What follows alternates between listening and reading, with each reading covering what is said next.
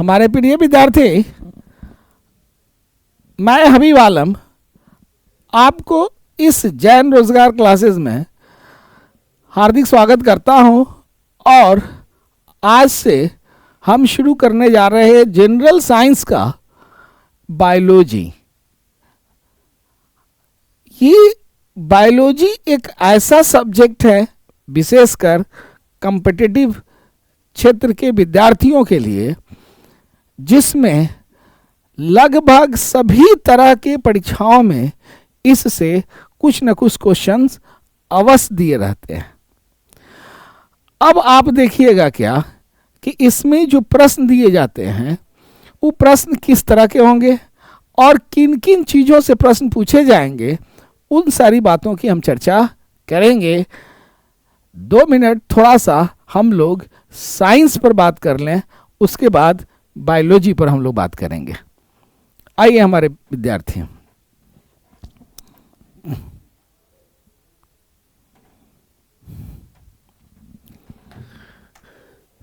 आप लोगों को जो पढ़ना है वह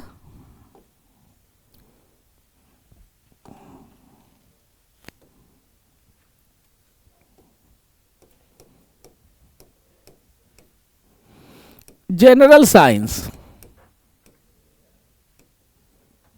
जिसको हम लोग हिंदी में कहते हैं सामान्य विज्ञान। इस सामान्य विज्ञान से सभी तरह के कॉम्पिटिटिव एग्जामिनेशन में मोर और लेस 20, 30, 15 के आसपास क्वेश्चन अवश्य रहते हैं।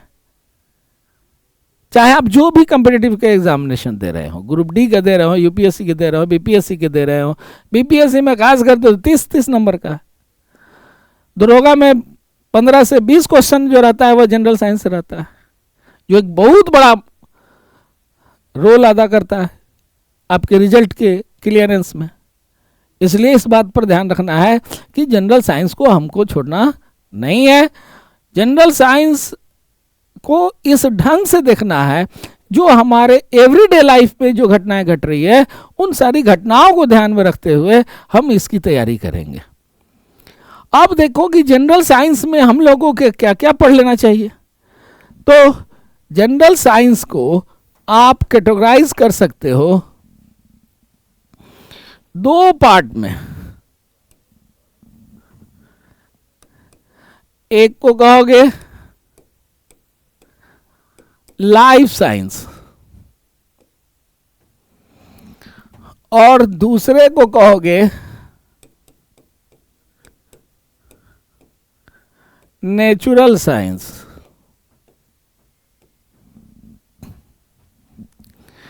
लाइफ साइंस जो आज कहलाने लगा बायोलॉजी, इस बायोलॉजी में 2 पार्ट हो गए।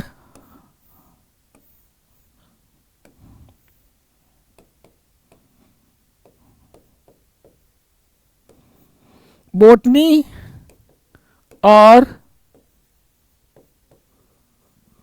जूलॉजी। लाइफ साइंस में जिसको आज कहा जाने लगा बायोलॉजी, इस बायोलॉजी में 2 पार्ट हो गए, बॉटनी और जूलॉजी।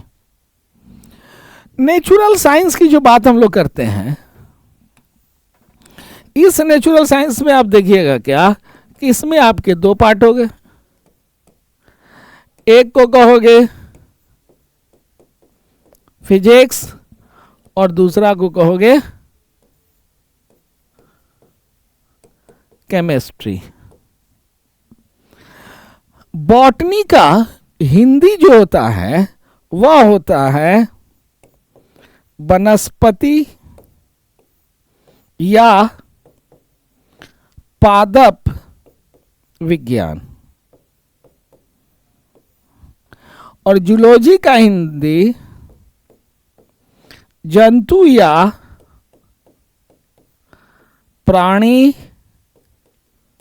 विज्ञान। और फिजिक्स का जो हिंदी होता है वह होगा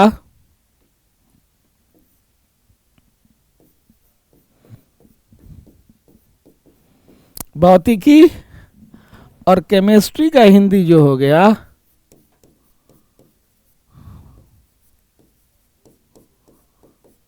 रसायन शास्त्र। यहां देखिए, बायोलॉजी स्टडी किया सजीवों का, बायोलॉजी किसका स्टडी किया? सजीव प्राणी का, यानी कि बायोलॉजी जिसको हिंदी में हम लोग जीव विज्ञान कहते हैं, जीव विज्ञान सजीव प्राणियों का अध्ययन करता है। बॉटनी जिसको हिंदी में वनस्पति विज्ञान या पादप विज्ञान कहते हैं, ये आपको प्लांट का स्टडी करेगा, पादप का अध्ययन करेगा, पेड़ पौधों का अध्ययन करेगा। जूलॉजी या जंतुओं का अध्ययन करता है। यह सिंपल सी बात हो गई। फिजिक्स की जहां तक बात है, यह भी पदार्थों का अध्ययन करता है, और केमिस्ट्री भी जो है वह भी पदार्थ का ही अध्ययन करता है।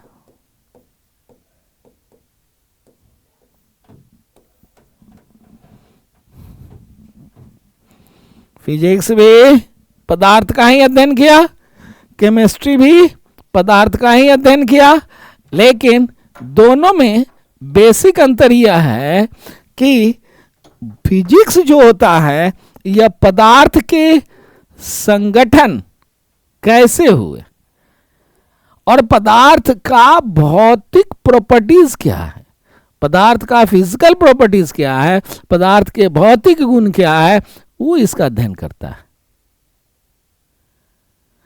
केमिस्ट्री पदार्थ के कंपोनेंट्स, अवयवों का अध्ययन करता है, और उन अवयवों का केमिकल प्रॉपर्टीज क्या है, इसकी स्टडी केमिस्ट्री करता है। यह सिंपल बात समझ लीजिए कि फिजिक्स जो है वह पदार्थ के भौतिक गुणों का और केमिस्ट्री पदार्थ के रासायनिक गुणों का अध्ययन करता है। अब आप देखोगे क्या, साइंस शब्द जो है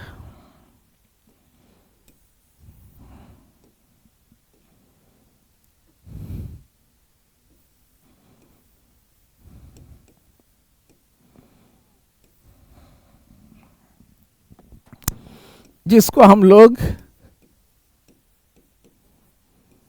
विज्ञान कहते हैं, यह विज्ञान शब्द जो है या लैटिन भाषा के, ये विज्ञान शब्द लैटिन भाषा के एक शब्द है जिसका नाम है साइंसिया। विज्ञान यानी साइंस की उत्पत्ति किस शब्द से हुई, तो वह शब्द है साइंसिया। और साइंसिया चूंकि लैटिन वर्ड है और इसका अंग्रेजी में जो माने होता है वह माने कहलाता है टू नो या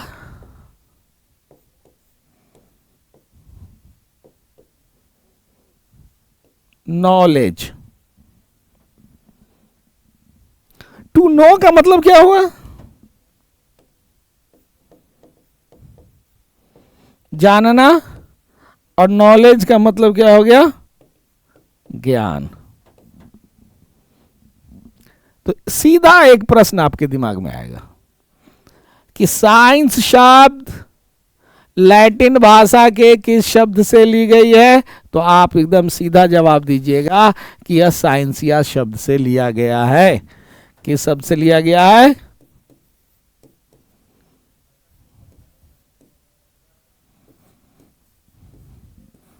साइंसिया शब्द से लिया गया। और साइंसिया का मतलब होता है जानना,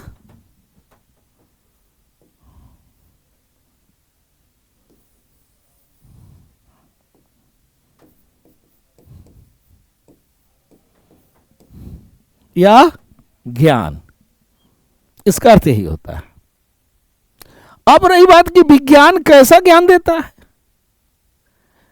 तो याद रखिएगा कि विज्ञान जो हमको ज्ञान देता है वह ज्ञान कैसा होना चाहिए। तो सबसे पहले क्रमबद्ध होना चाहिए। दूसरा चीज कि जो ज्ञान आप हमको दे रहे हैं वह वस्तुपरक है कि नहीं। और तीसरा चीज कि जो ज्ञान दे रहे हैं वह तार्किक है कि नहीं। ऐसे ही मान लें, चमत्कार को ही विज्ञान मान लें। यानी कि विज्ञान ऐसा ज्ञान देता है जो क्रमबद्ध हो, यानी एक के बाद दो, दो के बाद तीन, तीन के बाद चार हो। ऐसा नहीं कि चार के बाद एक आ जाए, यह क्रमबद्ध नहीं हो।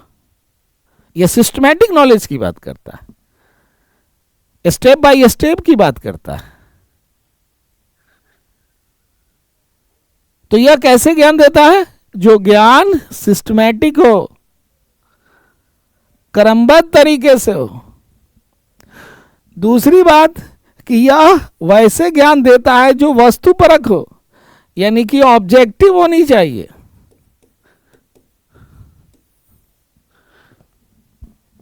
जिसमें फैक्ट्स भरा पूरा हो। अगर फैक्ट्स नहीं है तो फिर वो ऑब्जेक्टिव कहां से बन पाया? तो फैक्ट्स चाहिए ना हमको, सूचना नहीं चाहिए, इंफॉर्मेशन नहीं चाहिए, हमको फैक्ट्स चाहिए। तभी जाकर आप वस्तुपरक होंगे। और आपको एक बात और बता देते हैं कि अगर आप ऑब्जेक्टिव एग्जामिनेशन की तैयारी कर रहे हैं तो जिस सब्जेक्ट की आप तैयारी कर रहे हो उस सब्जेक्ट की तैयारी ऐसा करो कि उसके सारे के सारे फैक्ट्स आपको याद हो जानी चाहिए। अगर फैक्ट्स याद हो गया एक भी ऑब्जेक्टिव क्वेश्चन छूटेगा नहीं, सारे के सारे ऑब्जेक्टिव क्वेश्चंस आपके बन जाएंगे। अब रही बात कि जो ज्ञान हमको मिल रहा है चाहे जिस माध्यम से मिले वह ज्ञान लॉजिकल होनी चाहिए, सीधे मान लेने से नहीं होगा। तो फिर तो वह चमत्कार हो गया, वो विज्ञान कहां रहा। जादूगर टोपी हटाता है और माथा में से अंडा निकाल लेता है, ये लॉजिक है? अगर ऐसा होता तो 12 बार माथा में से टोपी हटाता और 1 दर्जन अंडा ले लेता, उसको कहीं अंडा खरीदना पड़ता? वो विज्ञान थोड़े। तो विज्ञान कहता है कि हम किस तरह के ज्ञान देंगे? जो क्रमबद्ध ज्ञान हो, वस्तुपरक हो और लॉजिकल हो, तार्किक हो। और इन ज्ञान को सर्वदेशिक सर्वकालिक भी होना होगा। सर्वदेशिक, सभी जगह वह ज्ञान वैल्यूएबल हो, मान्य हो। और सर्वकालिक का मतलब यह हो गया कि हर समय वही बात रहे। आज विज्ञान ने हमको बता दिया कि 2 गैस को मिला देंगे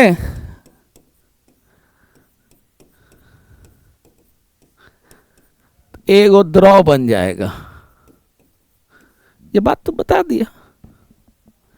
जानते हैं वो दोनों गैस क्या है? अगर आप ऑनलाइन में हमसे जुड़े हुए हैं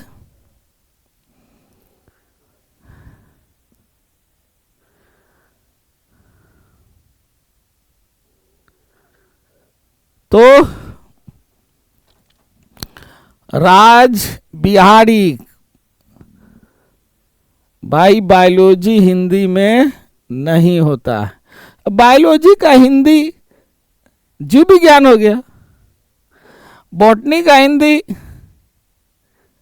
वनस्पति शास्त्र हो गया, जूलॉजी का हिंदी जंतु शास्त्र हो गया, तो लिख भी दिए। ठीक है। अब रही बात कि जैसे हमने आपको बताया कि जो ज्ञान हमको मिले वह सर्वदेशिक और सर्वकालिक होनी चाहिए। ठीक है।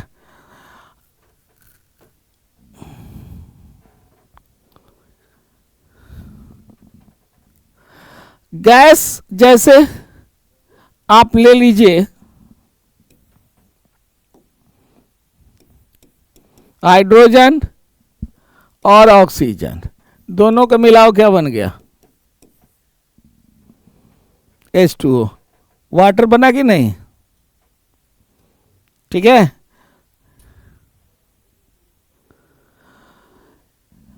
सब लिख देंगे बउआ, चैप्टर भी लिखेंगे, अभी आए हैं केवल साइंस को थोड़ा बता देते हैं, उसके बाद तुरंत कौन कौन चैप्टर आपको पढ़ना है वो भी बता देंगे। MK जी आप घबराइए नहीं, आपको वो भी बता देंगे, थोड़ा सा पेशेंस रखो। ठीक है। तो इसलिए गैस क्या है? हाइड्रोजन। गैस क्या है? ऑक्सीजन। दोनों को मिलाया हमारे साइंटिस्टों ने तो क्या बनाया? वाटर, जो एक तरह हो गया। ये बताओ कि ये जो बात है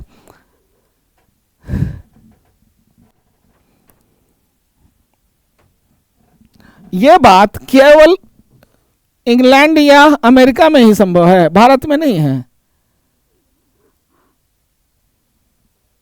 बांग्लादेश में नहीं है, अफ्रीका में नहीं है, सब जगह है। इसलिए सर्वदेशिक और सर्वकालिक है। तो इसलिए अगर कोई कहे कि सर हमको विज्ञान का परिभाषा बता दीजिए, तो विज्ञान का परिभाषा क्या दोगे कि विज्ञान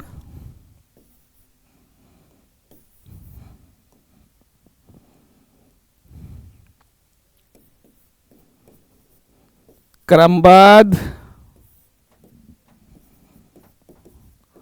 वस्तुपरक एवं तार्किक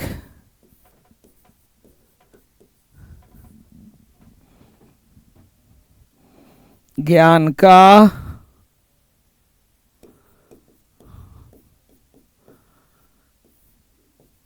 संग्रह है, जिसे प्रयोग या तर्क के आधार पर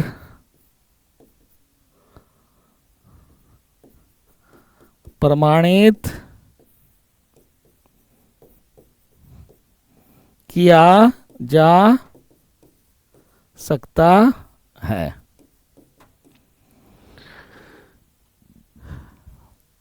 तो विज्ञान का एक छोटा सा सिंपल सा ये डिफिनेशन हो गया कि विज्ञान क्या है? एक क्रमबद्ध, वस्तुपरक एवं तार्किक ज्ञान है जो संग्रह के रूप में है। इस जो ज्ञान आपको प्राप्त हुआ, इस ज्ञान का आप प्रयोग भी कर सकते हैं या तर्क के द्वारा भी इसको आप प्रमाणित कर सकते हैं। केवल मान लेने से नहीं होगा, मान लीजिएगा तो चमत्कार है, प्रयोग के द्वारा सिद्ध कर दिए तो विज्ञान है। तो ये विज्ञान की बात हो गई। तो इसलिए इस टॉपिक से आप दो प्रश्न याद रखिएगा। पहली प्रश्न कि विज्ञान जिसको अंग्रेजी में साइंस कहते हैं, साइंस लैटिन भाषा के किस शब्द से ली गई है? तो आप बता दीजिएगा साइंस या। दूसरी बात, क्या विज्ञान में तर्क होना चाहिए कि नहीं होना चाहिए? तो जरूर होना चाहिए। विज्ञान हमारा वस्तु पूरक होना चाहिए कि नहीं होना चाहिए? अवश्य होना चाहिए। विज्ञान क्रमबद्ध होना चाहिए कि नहीं होना चाहिए? एकदम होना चाहिए। विज्ञान प्रायोगिक होनी चाहिए कि नहीं होनी चाहिए? तो अवश्य होनी चाहिए। तो इतना बातें आपको दिया रहेगा। इस क्वेश्चन को कैसे पूछेगा तो आपको दे देगा कि विज्ञान के संबंध में निम्नलिखित में से कौन सा कथन गलत है। तो ये 4 कथन याद रहेगा, तभी ना आप बता पाओगे कि इसमें कौन गलत है। अब आ जाइए कि हमने आपको बताया कि जितने भी कंपटीशन के एग्जाम होते हैं उसमें बायोलॉजी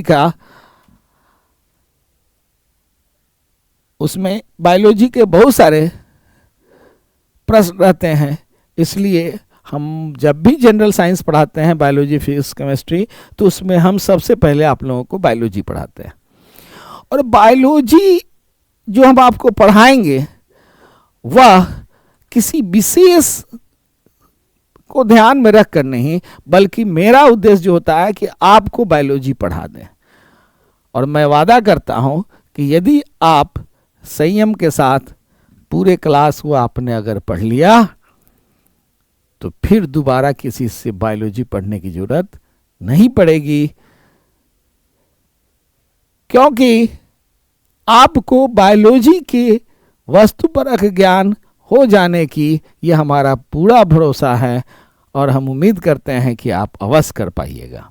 तो इसलिए हम सब्जेक्ट बायोलॉजी पढ़ाने जा रहे हैं, जो आपको बायोलॉजी संबंधित ज्ञान दे देंगे, जिसका उपयोग आपको विद्वान तो नहीं बनाएगा, लेकिन बायोलॉजी में बुद्धिमान जरूर बना देगा।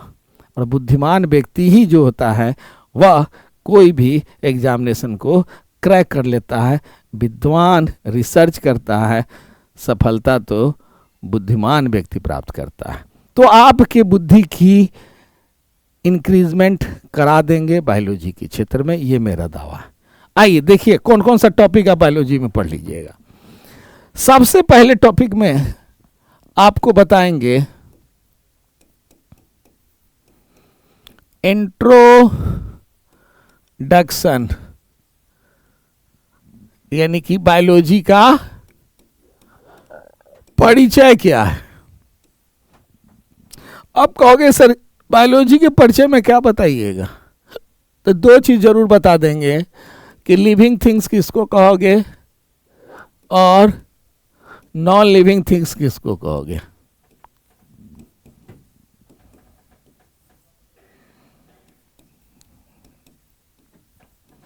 लिविंग थिंग्स का मतलब होता है सजीव किसको कहोगे और निर्जीव किसको कहोगे, ये पता आपको चल जाएगा किसमें, इंट्रोडक्शन में ही। दूसरा टॉपिक जो हम पढ़ाते हैं वह पढ़ाते हैं आपको साइटोलॉजी।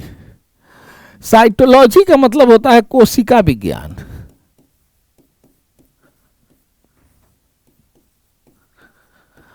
और इस कोशिका विज्ञान में आपको जो हम बताएंगे वह मुख्य रूप से 3 बात पर चर्चा जरूर करेंगे। पहला,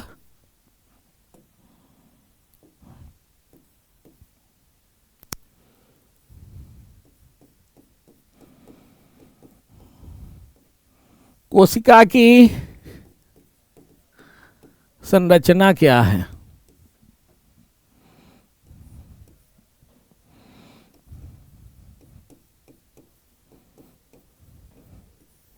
कोशिका का प्रकार क्या है। और तीसरा,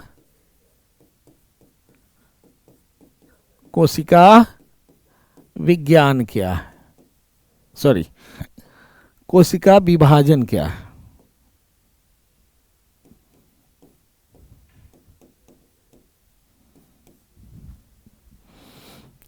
साइटोलॉजी यानी कि कोशिका विज्ञान में आप क्या पढ़िएगा, कोशिका की रचना कैसी है, यानी कोशिका के कौन कौन से अंग है, इससे जरूर क्वेश्चन रहेगा। जैसे कोशिका के किस अंग को ट्रैफिक पुलिस कहा गया, यह क्वेश्चन पूछ देगा। कोशिका के किस अंग को पावर हाउस कहा गया, कोशिका के किस अंग को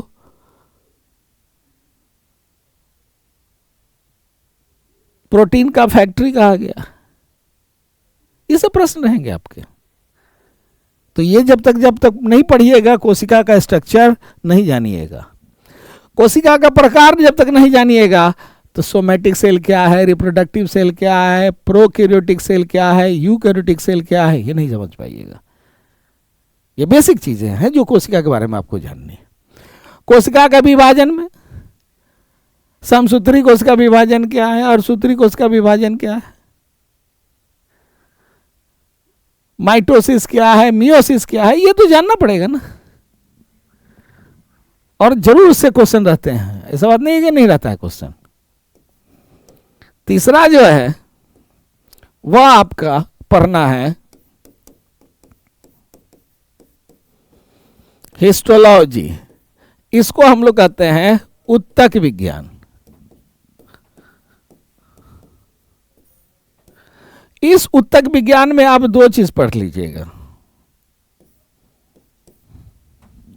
पहला, जिसको हम लोग उत्तक यानी कि टिश्यू,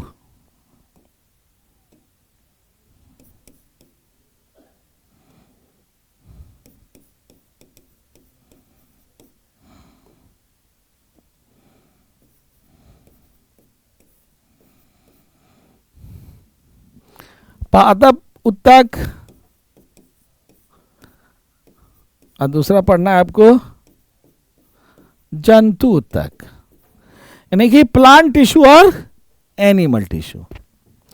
इतना जब आपको पढ़ा देंगे तो चौथा आपको बताएंगे हेमोटोलॉजी। क्या लिखा है, हेमोटोलॉजी। हेमोटोलॉजी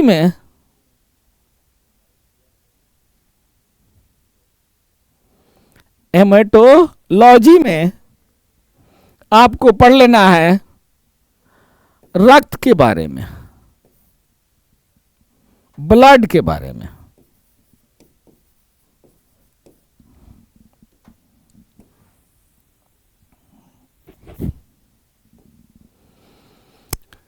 जब हेमाटोलॉजी पढ़ लीजिएगा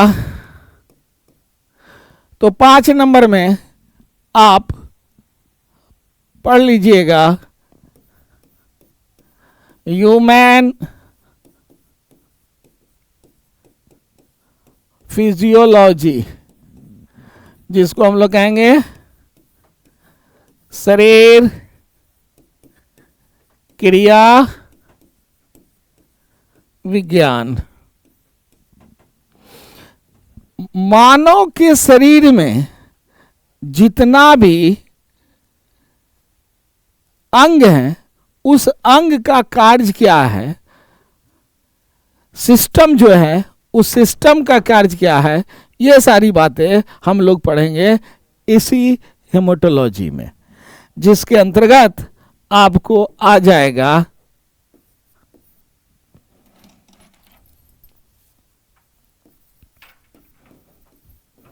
ब्लड सर्कुलेटरी सिस्टम, जिसको कहोगे रक्त परिसंचरण तंत्र। दूसरा पढ़ लोगे रेस्पिरेटरी सिस्टम,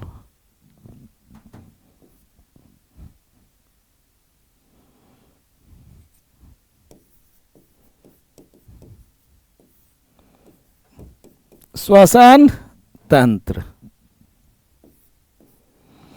चौथा पढ़ लोगे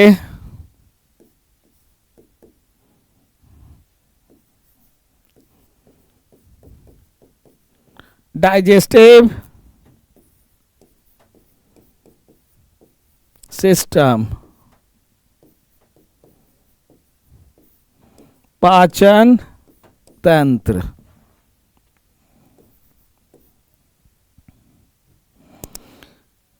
जब डाइजेस्टिव सिस्टम आपको पढ़ाएंगे उस समय आपको यहीं पर दो चीज और बताएंगे आपको। पहला,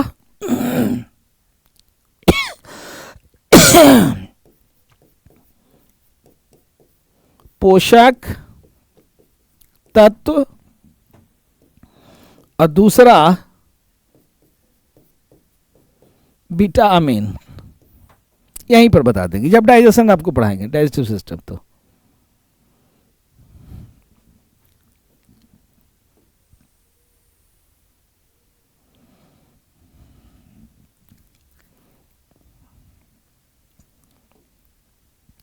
इसके बाद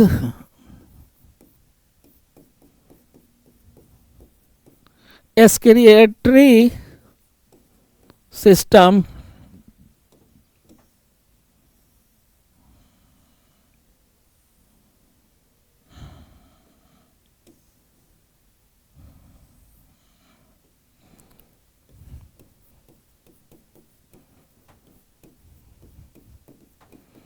उत्सर्जन तंत्र, ये जब पढ़ा देंगे उसके बाद इसी में आपको बताएंगे किडनी के बारे में। उत्सर्जन तंत्र के बाद आप पढ़ लीजिएगा एंडोक्राइनल सिस्टम, इसमें आप पढ़िएगा हार्मोन के बारे में। ह्यूमन हार्मोन बहुत इंपॉर्टेंट चैप्टर है, इससे जरूर आपका क्वेश्चन रहेगा।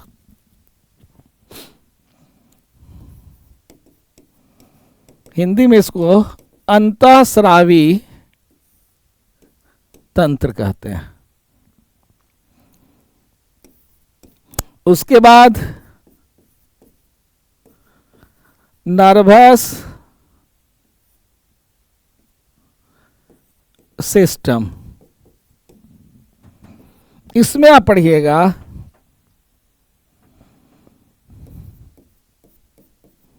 तंत्रिका तंत्र, जिसको हम लोग कहते हैं। इसी में आपको ब्रेन के बारे में, मस्तिष्क के बारे में पढ़ना है।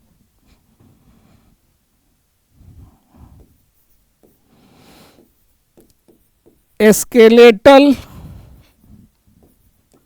सिस्टम, इसमें आप पढ़ लीजिएगा कंकाल तंत्र, जिसमें बोन के बारे में, हड्डी के बारे में पढ़ लेना है, ज्वाइंट्स के बारे में पढ़ लेना है।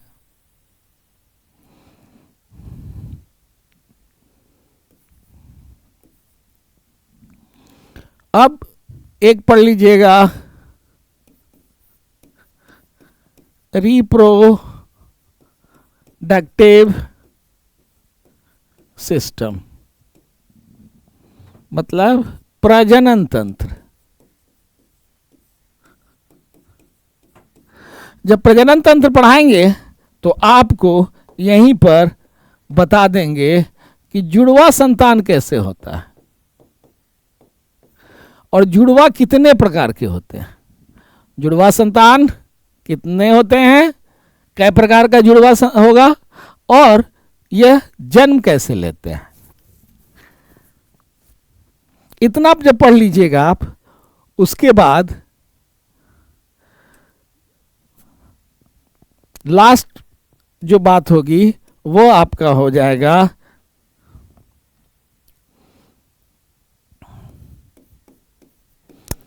ह्यूमन डिजीज, मानव रोग। बहुत ही इंपॉर्टेंट चैप्टर है, हर एग्जामिनेशन में इससे जरूर क्वेश्चन रहता है। उसके बाद जेनेटिक्स आपको पढ़ना है, जिसको कहते हैं आनुवांशिकी। इसका आधा भाग आपको पढ़ा देंगे साइटोलॉजी, यानी कि कोशिका पढ़ाएंगे तब, और आधा भाग इसका पढ़ाएंगे जब आपको बताएंगे जेनेटिक्स के आनुवांशिकी का नियम, जिसने मेंडल साहब ने दिया था। तो जब मेंडल लॉ बताएंगे तो उस समय आपको ये जेनेटिक्स की बात बता देंगे। 7 नंबर में पढ़ोगे इवोल्यूशन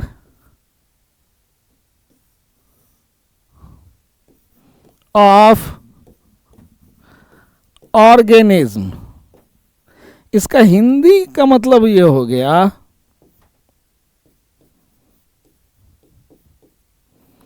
जीवों की उत्पत्ति कैसे हुई और विकास कैसे हुआ। इसमें आपको दो चीज बहुत ज्यादा ध्यान से पढ़ना है, और वह क्या है कि डार्विन का नियम और लेमार्क का नियम, जिसको डार्विनवाद और लेमार्कवाद कहते हैं, ये जरूर पढ़ लीजिएगा।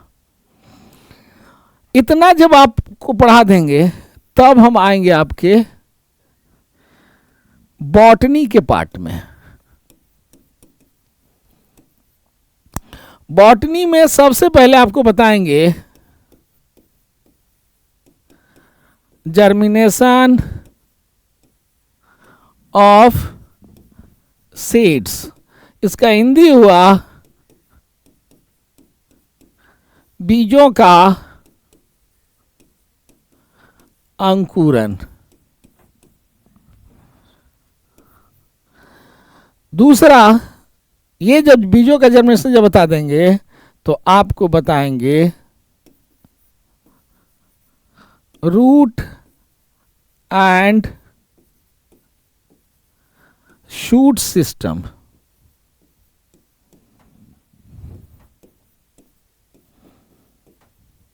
यानी कि जड़ एवं प्रारोतंत्र।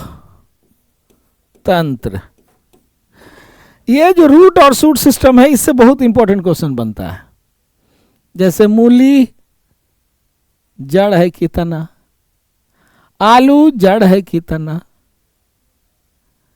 ये सारी प्रश्नों का जवाब आपको इसी रूट और शूट सिस्टम में पता चल जाएगा, क्योंकि इसी में हमको मॉडिफिकेशन में पढ़ाना है।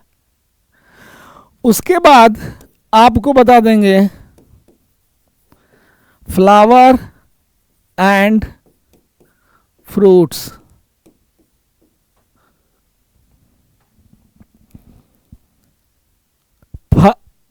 फूल जो है उसके अंग कौन कौन से, और फल कितने प्रकार के होते हैं, सतफल कौन है, असतफल कौन है, और निषेक फल कौन है, कौन फल बीज रहित होता है, ये सारी चीजें हमको आपको यहीं पर बताएंगे। इसके बाद पढ़िएगा प्लांट हार्मोन, और जब प्लांट हार्मोन बता देंगे तो एक बहुत ही इंपॉर्टेंट आपको पढ़ना है, जिसको हम लोग कहते हैं फोटोसिंथेसिस,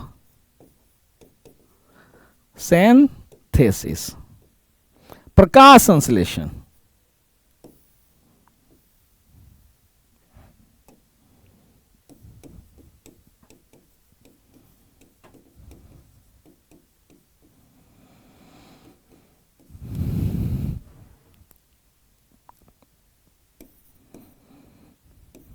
और प्लांट हार्मोन तो हो ही गया। इतना पढ़ा लेने के बाद लास्ट में आपका एक टॉपिक और बताएंगे, जिसको कहते हैं प्लांट एवं एनिमल किंगडम। इसमें आप पढ़िएगा कि प्लांट का क्लासिफिकेशन क्या है, एनिमल का क्लासिफिकेशन क्या है, कौन स्तनधारी है, कौन आर्थ्रोपोडा है, ये सब आप पढ़िएगा एनिमल किंगडम में। एंजियोस्पर्म किस तरह का प्लांट होता है, ब्रायोफाइटा, ट्रेडोफाइटा, ये किस तरह का प्लांट होता है, ये सब बताएंगे आपको प्लांट किंगडम में। तो इतना अगर आप सिलेबस पढ़ लेते हैं तो जाहिर सी बात है कि आपका बायोलॉजी, चाहे वह एक छोटा सा भी एग्ज़ाम हो, एक बड़ा भी कोई एग्ज़ाम हो, सारे एग्ज़ाम में आपका सिलेबस कवर हो जाएगा। इसलिए आपको ये पढ़ना पड़ेगा, तब जाकर बायोलॉजी का ज्ञान होगा और कोई क्वेश्चन बायोलॉजी से नहीं छूटेगा। इतनी बात को आपको ध्यान में रखना पड़ेगा। अब आप लोग हमको एक चीज बता दीजिए कि आपके नजर में कोई ऐसा टॉपिक लग रहा है जो छूटा हुआ हो, कमेंट में बताइए जरा सा, हम आपका वेट कर रहे हैं।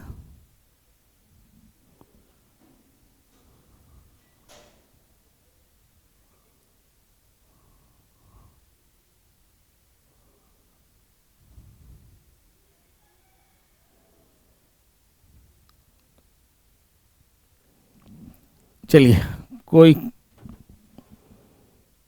कमेंट नहीं।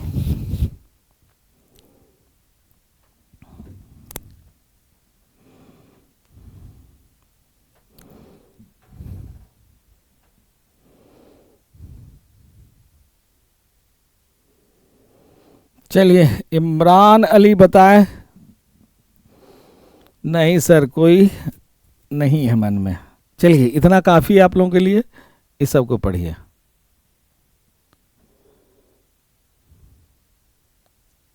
नीतीश कुमार बोले नहीं सर। अब जरा सा 10-15 मिनट आप जरा सा देख लीजिए बायोलॉजी शब्द क्या है, और हम लोग यहीं से शुरुआत करेंगे। समझिए कि ये तो आपको सिलेबस बता दिए। अब हम वो जो न्यूट्रिशन की बात कर रहे हो ना, आनंद विहार कि आनंद विहारी, न्यूट्रिशन जो है वो डाइजेस्टिव सिस्टम जो पढ़ाएंगे ना, तो उसी में न्यूट्रिशन आपको बता देंगे। ठीक है,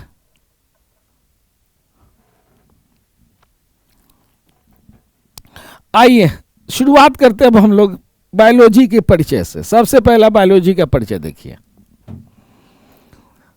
बायोलॉजी पहले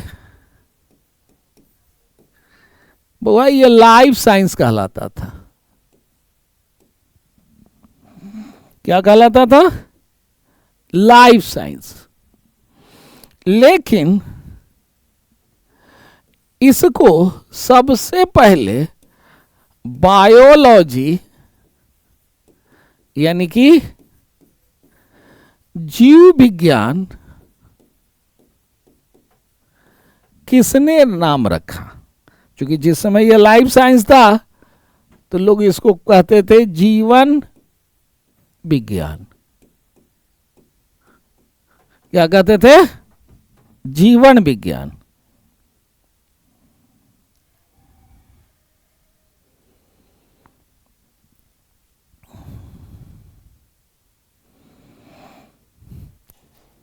दरोगा का सारा बायोलॉजी राजा बिहारी निकल जाएगा, बन जाएगा।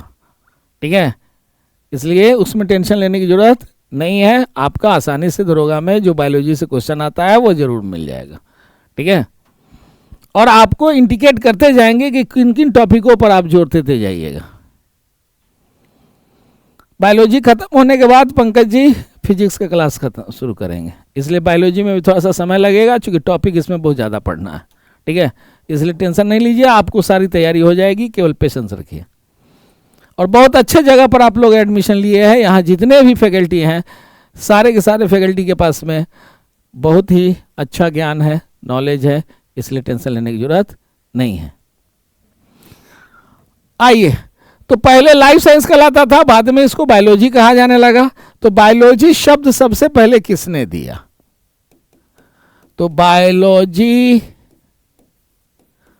शब्द का प्रयोग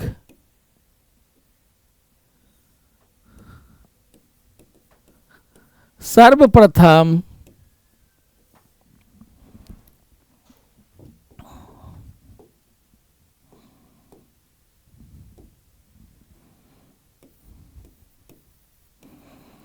लेमार्क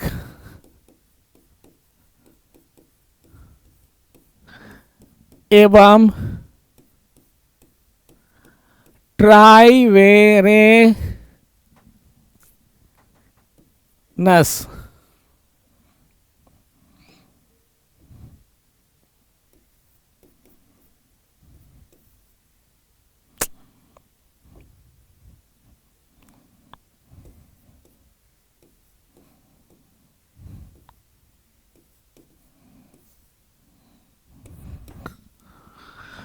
बायोलॉजी शब्द का प्रयोग सबसे पहले किसने किया? लेमार्क एवं ट्राइवेरनस ने किया। लेकिन विडम्बना देखो, ये बेचारे बायोलॉजी नाम दिए, लेकिन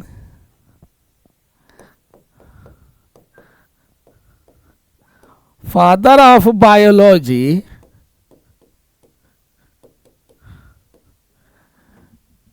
यानी कि जीव विज्ञान का जनक जो कहलाए वह कहलाए अरिस्टोटल, जिसको हिंदी में हम लोग कहते हैं अरस्तु। दो बात आपको याद रखना है यहां।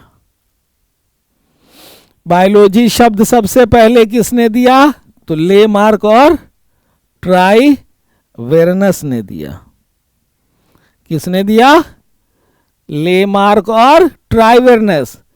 ये बेचारे लोग जो थे ना, एक जर्मनी के रहने वाले थे, वो फ्रांस के रहने वाले थे, दोनों दो देश के रहने वाले थे, लेकिन दोनों की विचारधाराएं एक ही थी।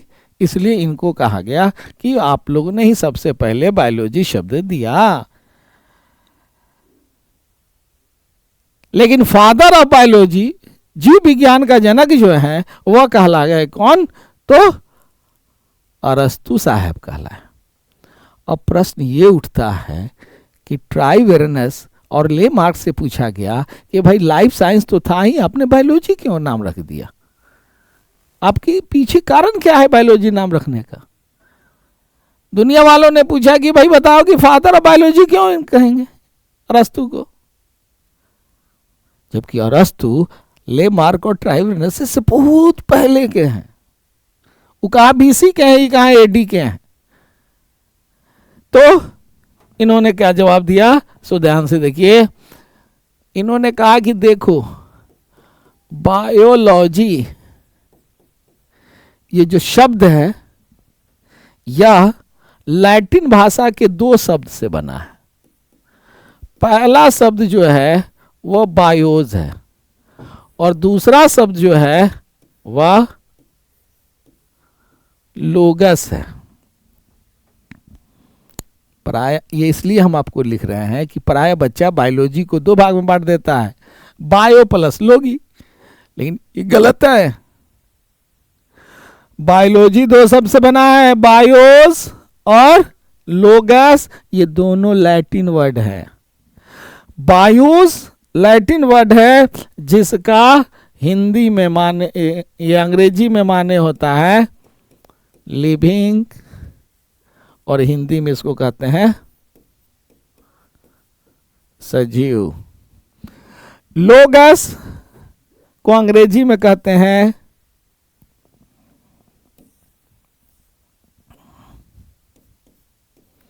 टू स्टडी,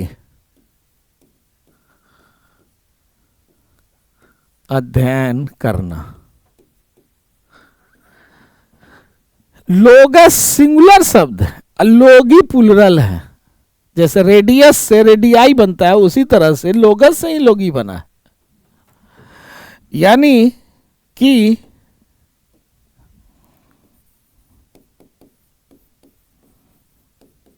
बायोलॉजी का मतलब क्या हुआ? स्टडी ऑफ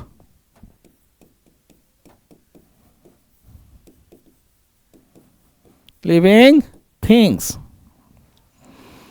अब बात ये आई कि इन्होंने कहा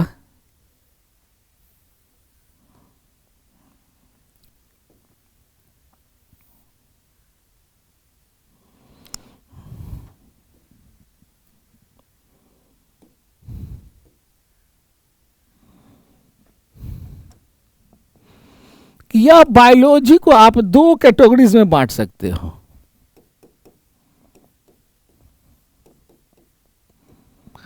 एक को कहोगे जूलॉजी और दूसरा को कहोगे बॉटनी। जूलॉजी शब्द जो आया ये दो शब्द से आया। कौन कौन? पहला शब्द जो है वह जून है, याद रखिएगा। जून मतलब एनिमल, जंतु। दूसरा शब्द जो आया वह लोगस आया। लोगस मतलब टू स्टडी, यानी कि अध्ययन करना। तो जूलॉजी का मतलब क्या होगा?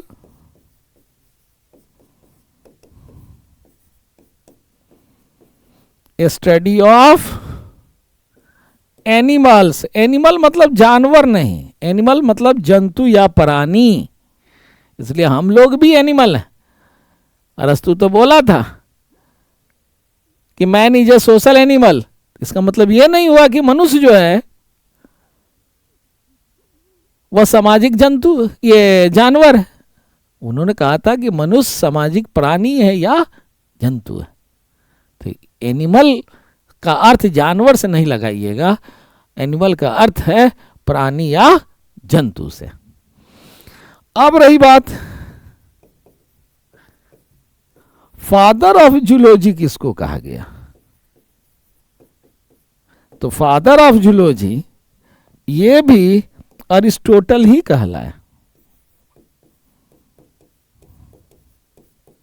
यानी कि अरस्तु ही कहलाए। अब बात आई कि ये जो बॉटनी शब्द है, क्योंकि बायोलॉजी बायोज से आया, जूलॉजी जून शब्द से आया, तो बॉटनी कौन शब्द से आया?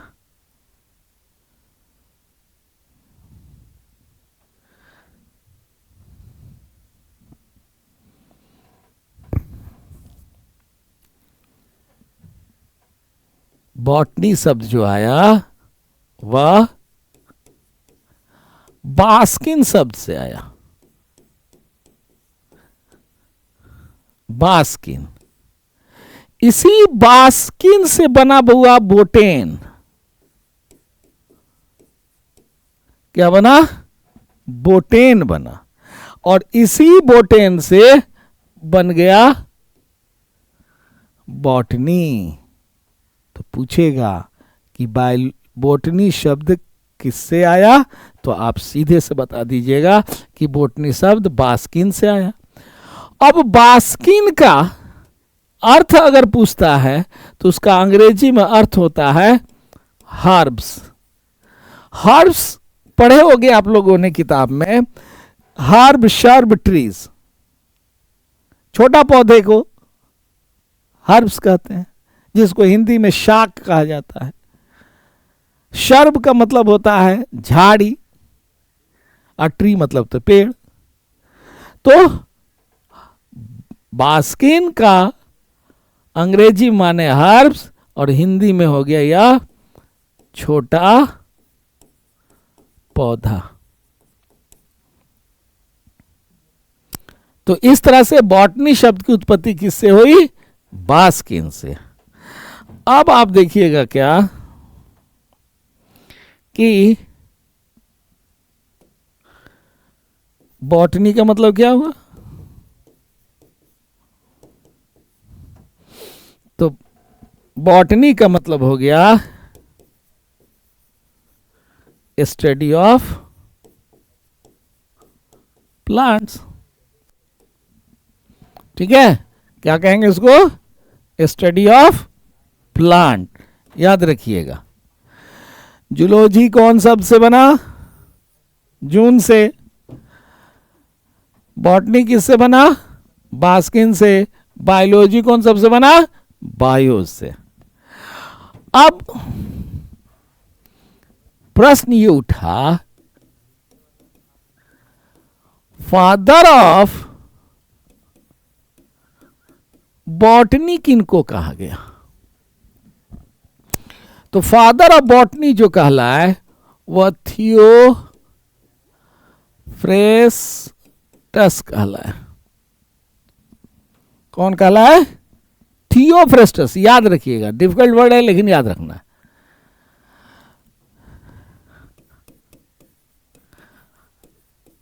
Father of modern botany.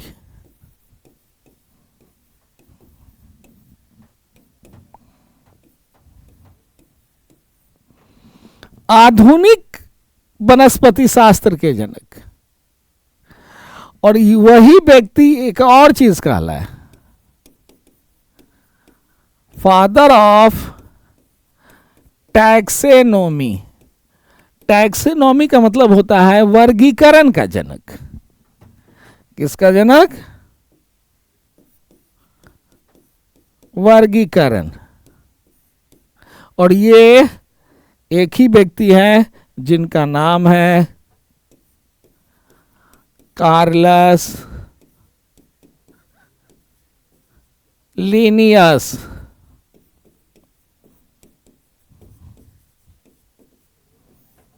क्या नाम है इनका? Carolus Linnaeus. यही कहलाइए। लेकिन एक प्रश्न में आप लोगों को फंसा देगा, और वो प्रश्न क्या है?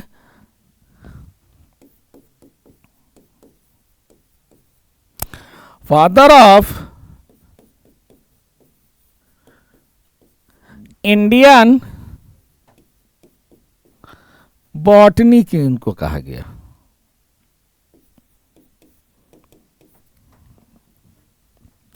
तो याद रखिएगा, यह व्यक्ति जो थे उनका नाम था विलियम रॉक्सबर्ग। क्या नाम था? William Roxburgh. तो विलियम रॉक्सबर्ग को कहा गया फादर ऑफ इंडियन बॉटनी। नाम अंग्रेज का, लेकिन है भारतीय। और एक फादर और याद रख लीजिएगा, जो प्रायः परीक्षा में पूछता भी है, फादर ऑफ मेडिसिन। मेडिसिन का जनक वो कौन थे? तो उनका नाम था हिप्पोक्रेटस।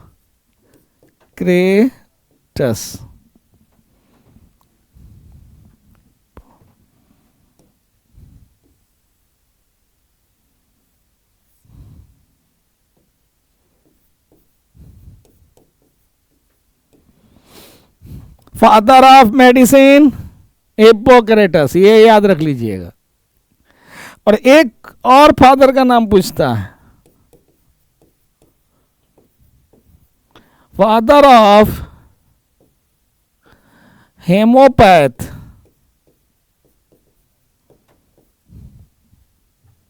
ये भी याद रखिएगा, ये कद दो एग्जाम में पूछ भी चुका है। फादर ऑफ हेमोपैथ, तो ये कहला है doctor Hahnemann. Father of homeopathy doctor Hahnemann. Father of medicine Hippocrates. Father of Indian botany William Roxburgh. Father of taxonomy, father of modern botany Carolus Linnaeus. और फादर ऑफ बॉटनी थियोफ्रेटस। तो आपके लिए सबसे बड़ी बात यह है, हाँ सिराज कुमार, ओ एसआई राजकुमार, वाह वेरी गुड। चलो मनोबल तुम्हारा बहुत अच्छा। मनोबल जिसका ऊंचा रहता है वही सफलता प्राप्त करता है।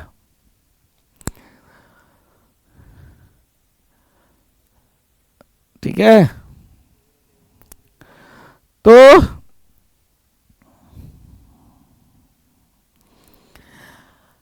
अरे ये सब अंग्रेजी हिंदी के चक्कर में मत रहो। फादर ऑफ बॉटनी हो गया, वनस्पति विज्ञान का जनक, आधुनिक वनस्पति विज्ञान का जनक, वर्गीकरण का जनक, भारतीय वनस्पति विज्ञान का जनक, मेडिसिन का जनक, हेमोपैथी का जनक हो गया। अब आपको कल बताएंगे अरस्तु को फादर ऑफ बायोलॉजी क्यों कहा गया। दूसरी बात बताएंगे कि थियोफ्रेस्टस को क्यों कहा गया बायोलॉजी, ये फादर ऑफ बॉटनी। ठीक है, तो इस सब बात को कल चर्चा करेंगे। तो आज की कहानी इतना ही तक रहने दे, ठीक है।